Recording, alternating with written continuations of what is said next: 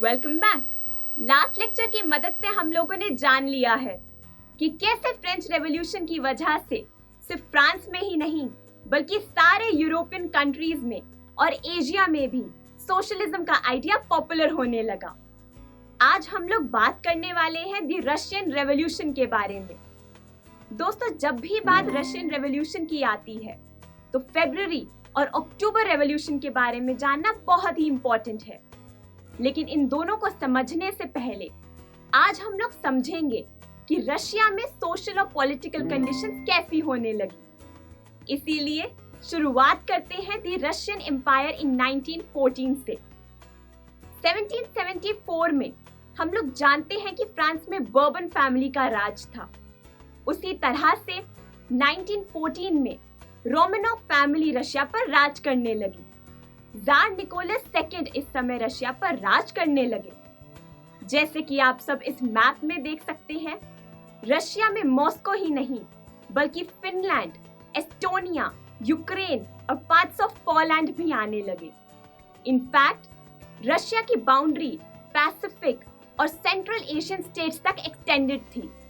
बहुत सारे रिलीजन्स भी आने लगे रशिया में, जैसे कि कैथोलिक, प्रोटेस्टेंट, मुस्लिम्स और बुद्धिस्ट। लेकिन सबसे मेजॉरिटी में फॉलो होने वाले रिलीजन का नाम था रशियन ऑर्थोडॉक्स क्रिश्चियनिटी। अब दोस्तों, रशियन एम्पायर के बारे में एक बेसिक आइडिया तो हम लोगों ने ले लिया है, लेकिन डिटेल में समझने के लिए आज का टॉपिक द रशियन रेवोल्यूशन हम लोग शुरू करते हैं।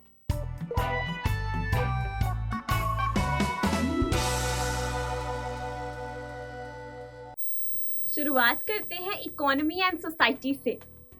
दोस्तों, रशिया में 85% पॉपुलेशन एग्रीकल्चर का काम करने लगी। अगर हम इसे बाकी यूरोपियन कंट्रीज से कंपेयर करें तो जर्मनी और फ्रांस में 40 to 50% पॉपुलेशन एग्रीकल्चर का काम करती है, लेकिन रशिया में 85% पॉपुलेशन ने सिर्फ मार्केट नीड्स के लिए ही नहीं बल्कि पर्सनल नीड्स के लिए भी एग्रीकल्चर का काम करना शुरू कर दिया। और इसीलिए रशिया अब फूड ग्रेन्स का सबसे मेजर एक्सपोर्टर भी बन गया। इंडस्ट्रीज की बात करें तो रशिया में इंडस्ट्रीज बहुत ही लिमिटेड एस्टैब्लिश्ड थी। सेंट पीटर्सबर्ग और मॉस्को बिग फैक्ट्रीज के लिए बहुत ही फेमस होने लगे। जानते हैं, बड़ी बड़ी फैक्ट्रीज क्राफ्ट्स वर्कशॉप्स के आसपास ही बनाई जाती और प्रोडक्शन भी ज्यादातर क्राफ्ट्समैन ही हैंडल किया करते। रेलवेज की मदद से रशिया में इंडस्ट्रीज और फॉरेन इन्वेस्टमेंट्स भी आने लगी। इनफैक्ट कोल, आयरन और स्टील की प्रोडक्शन तो बहुत ही ज्यादा बढ़ गई। ज्यादातर इंडस्ट्रीज प्राइवेटली ओन्ड थी, लेकिन गवर्नमेंट अपनी तरफ से पूरी कोशिश करती कि वर्कर्स के वर्किंग आवर्स को कम किया जाए और उनकी वेजेस को पूरी तरीके से प्रोटेक्ट किया जाए।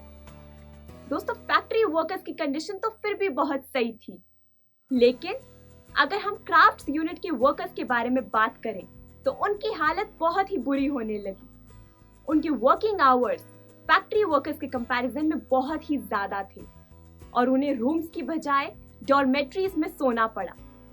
इसीलिए दोस्तों, इन वर्कर्स ने खुद को डिफरेंट कैटेगरीज में डिवाइड कर लिया, सोशल ग्रुप्स और स्किल्स के बेसिस पर।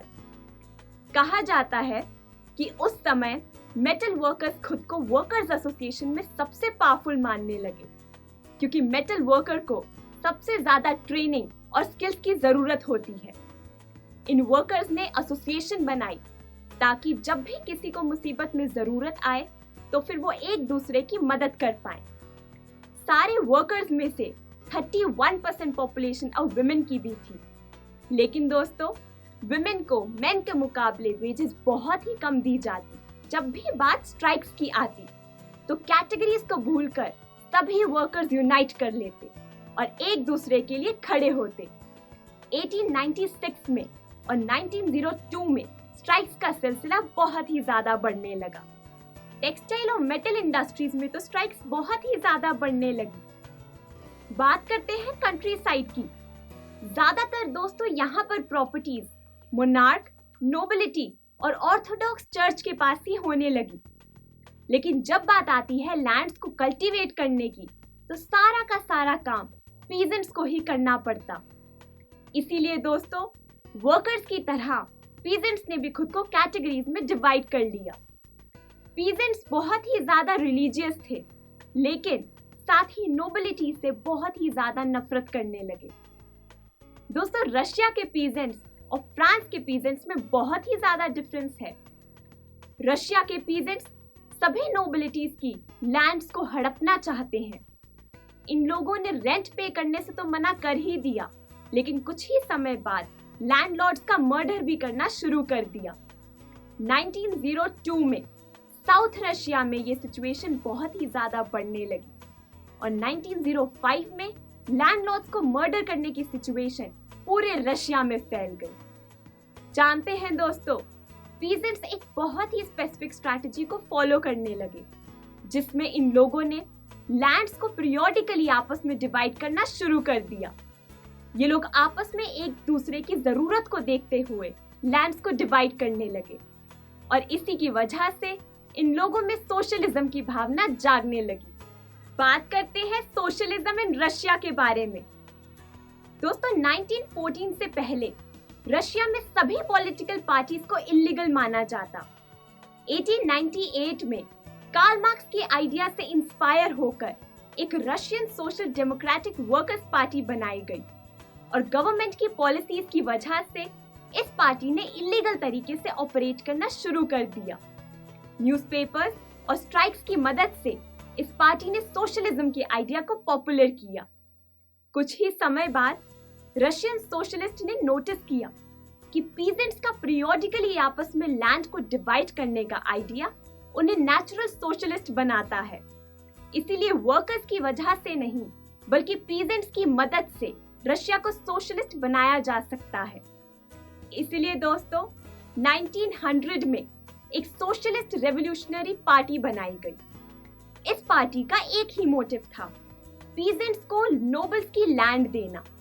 इस आइडिया को अपोज किया सोशल डेमोक्रेट्स ने। सोशल डेमोक्रेट्स का मानना था कि पीजेंट्स की भी फर्दर कैटेगरीज हैं।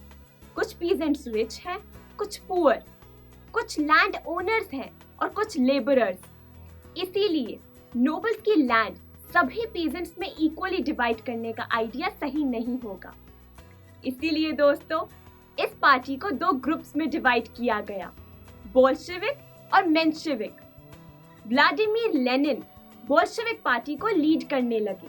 ये रिप्रेसिव सोसाइटी में मानते थे, जिसके मुताबिक कंप्लीट पर्सनल फ्रीडम नहीं होनी चाहिए। इन्होंने कहा कि इस ग्रुप में बहुत ही स्पेसिफिक और बहुत ही डिसिप्लिन लोगों को ही आना चाहिए। बात करते हैं मेंशेविक। मेंशेविक ग्रुप में दोस्तों सभी रशियन सोसाइटी के लोगों को पूरी तरीके से इनवाइट किया गया। जिसका भी मन हो वो ये ग्रुप इजीली ज्वाइन कर सकता है। बात करते हैं 1905 रेवोल्यूशन के बारे में। दोस्तों, लिबरल्स रशिया से मोनार्की सिस्टम पूरी तरीके से खत्म करना चाहते थे। अब सोशल डेमोक्रेट्स और सोशल रेवोल्यूशनरीज ने वर्कर्स और पीजेंट्स की मदद से रशिया में कॉन्स्टिट्यूशन बनाने की बात की। इस आइडिया को पोलैंड के कुछ नेशनलिस्ट ने भी सपोर्ट किया और कुछ जाडिडिस्ट ने भी। ये लोग वो हैं जो सोसाइटी में मॉडर्नाइज्ड इस्लाम इस्टेब्लिश करना चाहते हैं। 1904 रशिया के लिए बहुत ही बुरा रहा। गुड्स के प्राइसेस बहुत ही ज्यादा बढ़ने लगे और जानते हैं दोस्तों, इनकम 20% कम हो गई। इसकी वजह से वर्कर्स का सर्वाइव करना बहुत ही मुश्किल होने लगा। कुछ ही समय बाद 4 वर्कर्स को असेंबली ऑफ रशियन वर्कर्स को ज्वाइन करने के लिए एक फैक्ट्री है जिसका नाम है पुटिलोव, वहां से निकाल दिया गया। इस सिचुएशन के बाद सभी वर्कर्स ने मिलकर सेंट पीटर्सबर्ग पर स्ट्राइक डिक्लेयर कर दी। इस स्ट्राइक में 1,10,000 वर्कर्स ने हिस्सा लिया। इस स्ट्राइक के थ्रू वर्कर्स ने अपने वर्किंग आवर्स को कम करने की बात की, वेजेस को बढ़ाने की बात की और अपनी वर्किंग कंडीशंस को इम्प्रूव करने का राइट मांगा। जानते हैं दोस्तों, इस स्ट्राइक को फादर गेपोन लीड करने लगे। थोड़े ही समय में ये स्ट्राइक विंटर पैलेस तक जा पहुंची, जहां पर पुलिस ने अटैक करना शुरू कर दिया। दोस्तों, विंटर पैलेस उस पैलेस का नाम है जहां पर रशिया के मोनार्क्स रहा करते। आज इस पैलेस को एक म्यूजियम बना दिया गया है। जैसे ही इस स्ट्राइक पर पुलिस ने अटैक करना शुरू किया, तब 100 वर्कर्स मारे गए और 300 वर्कर्स घायल हो गए।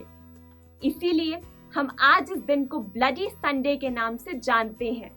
और 1905 रेवोल्यूशन के पीछे इस दिन का होना एक बहुत ही बड़ा रीजन है। इस इंसिडेंट की वजह से रशिया में बहुत ही ज्यादा स्ट्राइक्स होने लगी। यूनिवर्सिटीज भी काफी टाइम तक बंद रही और स्टूडेंट बॉडीज ने भी आगे आना शुरू कर दिया। अब लॉयर्स, डॉक्टर्स और इंजीनियर्स ने मिलकर यूनियन ऑफ यूनियंस बनाना शुरू कर दिया और इन सभी ने कॉन्स्टिट्यूशन के आइडिया को पूरी तरीके से सपोर्ट किया। इन सभी सिचुएशंस को देखते हुए जार निकोलस सेकंड ने कंसल्टेटिव पार्लियामेंट इलेक्ट करने का फैसला कर लिया और इसका नाम रखा गया डूमा। फर्स्ट डूमा को दोस्तों 75 डेज के अंदर अंदर ही खत्म कर दिया गया और सेकंड डूमा को इलेक्ट करने में 3 मंथ्स लग गए। जार निकोलस सेकंड की पावर्स कम ना हो, इसीलिए थर्ड डूमा में कंजर्वेटिव पॉलिटिशियंस को इलेक्ट किया गया। लिबरल्स और रेवोल्यूशनरीज को तो राइट ही नहीं दिए गए। अब बात करेंगे the first world war and the Russian empire के बारे में। दोस्तों, इस मैप की मदद से आप सभी जान सकते हैं कि रशियन एम्पायर के साथ साथ आखिर कौन कौन से यूरोपियन कंट्रीज ने फर्स्ट वर्ल्ड वॉर में हिस्सा लिया। First world war 2 European alliances के बीच में शुरू हुआ। पहले अलायंस में जर्मनी, ऑस्ट्रिया और टर्की आते हैं। इन्हें हम सेंट्रल पावर्स भी कहते हैं।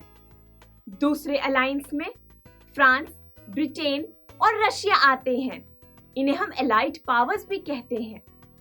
जानते हैं दोस्तों, रशिया के लोगों ने पहले तो फर्स्ट वर्ल्ड वॉर को बहुत ही ज्यादा सपोर्ट किया, लेकिन जैसे जैसे रशियन सोसाइटी में बुरे बदलाव आने लगे तो लोगों ने इस वॉर को सपोर्ट करना बहुत ही ज्यादा कम कर दिया। अब जार निकोलस सेकंड ने डूमा की बात मानने से भी बिल्कुल इनकार कर दिया था। यहाँ तक कि अब रशियन सोसाइटी में एंटी जर्मन सेंटिमेंट डेवलप होने लगे। इसकी वजह से सेंट पीटर्सबर्ग, जो कि एक जर्मन नाम है, उसे बदल दिया गया पेट्रोग्राड से। दोस्तों, 1914 से 1916 के बीच रशिया जर्मनी और ऑस्ट्रिया से बुरी तरीके से हार गया। इस हार की वजह से रशियन सोसाइटी में बहुत ही ज्यादा बुरे बदलाव आ गए। जानते हैं, 7 मिलियन लोग मारे गए और 3 मिलियन रेफ्यूजीज ने अब रशिया में रहना शुरू कर दिया। इस सिचुएशन को देखते हुए अब रशियन सोल्जर्स ने वॉर में लड़ने से भी मना कर दिया। इंडस्ट्रीज पर भी बहुत ही बुरा असर पड़ा। काफी इंडस्ट्रीज रशिया में बंद हो गई और अब जर्मनी ने रॉ मटेरियल्स की सप्लाई भी बंद करवा दी थी। 1916 में रेलवेज ने भी टूटना शुरू कर दिया। जानते हैं, लेबर शॉर्टेज की भी प्रॉब्लम आने लगी, क्योंकि रशियन सोसाइटी में जितने भी फिट मैन थे उन्हें वॉर में लड़ने के लिए बुला लिया जाता। अब तो दोस्तों फूड प्राइसेस भी बढ़ने लगे थे। लोगों का ब्रेड खरीदना भी मुश्किल हो गया। अब दोस्तों, हम रशियन एम्पायर और द रशियन रेवोल्यूशन के बारे में तो जान चुके हैं। नेक्स्ट लेक्चर में हम लोग the February revolution in Petrograd के बारे में डिस्कस करेंगे। Thank you for watching. See you in the next lecture. I am sure students, आपको ये वीडियो बहुत पसंद आया होगा। तो इसी तरह से एक मजेदार तरीके से अपने हर कॉन्सेप्ट को क्लियर करने के लिए डाउनलोड कीजिए PUSTACK ऐप, जहां आपके लिए और भी कई सारे ऑप्शंस हैं, जैसे कि आपके लिए सैंपल पेपर्स हैं, back exercise solutions, step videos and much more. So what are you waiting for? Download the app now.